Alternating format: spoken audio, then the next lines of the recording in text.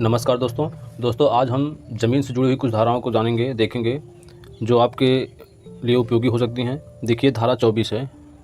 धारा 24 में क्या होता है कि यदि आपकी जो ज़मीन है उसकी मेड़े अगर टूट जाएँ या उसमें कोई अनधिकार रूप से कब्जा कर रहा हो तो आप धारा 24 के तहत आवेदन करके अपना समाधान करा सकते हैं।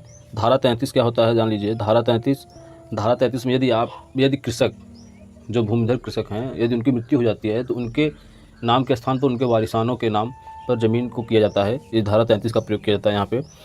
इसी प्रकार से देखिए धारा 35 है।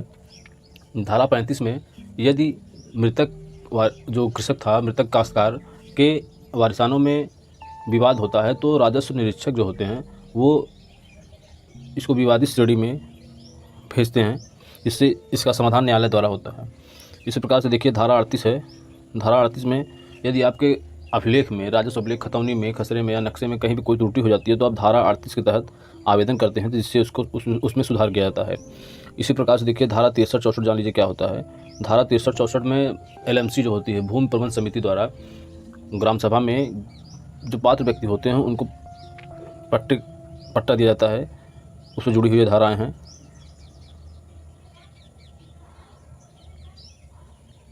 इसी प्रकार से देखिए धारा 67 क्या होता है। धारा 67 जो है, यदि आपका जो है कहीं किसी ग्राम सभा की ज़मीन पर यदि आपका अनाधिकार रूप से कब्जा होता है तो उसमें धारा 67 के तहत कार्रवाई की जाती है, जिसमें न्यायालय में वाद चलता है, फिर उसके बाद उसमें समाधान किया जाता है।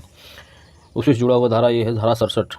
धारा 67 में क्या होता है कि यदि आपका किसी ग्राम सभा की भूमि पर जो कि सार्वजनिक प्रयोजन हेतु नहीं है और आपका कब्जा है, घर बना हुआ है, नाद कोटा है, तो इसमें धारा 67 एक तहत जो है 200 वर्ग मीटर का आबादी घोषित किया जाता है। और जान लीजिए धारा 80 क्या होता है। धारा 80 में यदि आप की ज़मीन जो पहले कृषि योग्य भूमि थी पर आपने कोई घर बना लिया है या किसी औद्योगिक प्रयोजन के लिए या किसी अन्य प्रयोजन के लिए उसका उपयोग कर रहे हैं तो आपको धारा 80 के तहत आवेदन करना होता है, जिसमें वो भूमि आबादी के रूप में कर दी जाती है। इसी प्रकार से देखिए धारा 98 है। धारा 98 में क्या होता है, यदि कोई अनुसूचित जाति का व्यक्ति अपनी भूमि को विक्रय करना चाहता है तो उसके लिए उसको परमिशन लेना होता है।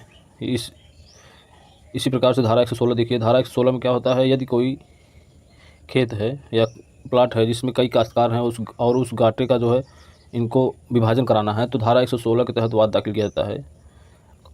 और एक धारा देख लीजिए, धारा 128 है। धारा 128 में क्या होता है कि यदि कोई व्यक्ति ग्राम में किसी पट्टे को लेकर क्षुब्ध है या कोई त्रुटि है उस पट्टे में तो धारा 128 के तहत वो आवेदन करता है, जिससे उसका समाधान कराया जाता है। धन्यवाद दोस्तों। यदि आपका कोई प्रश्न हो या कोई सलाह हो तो आप हमें कमेंट बॉक्स में ज़रूर बताइए। धन्यवाद।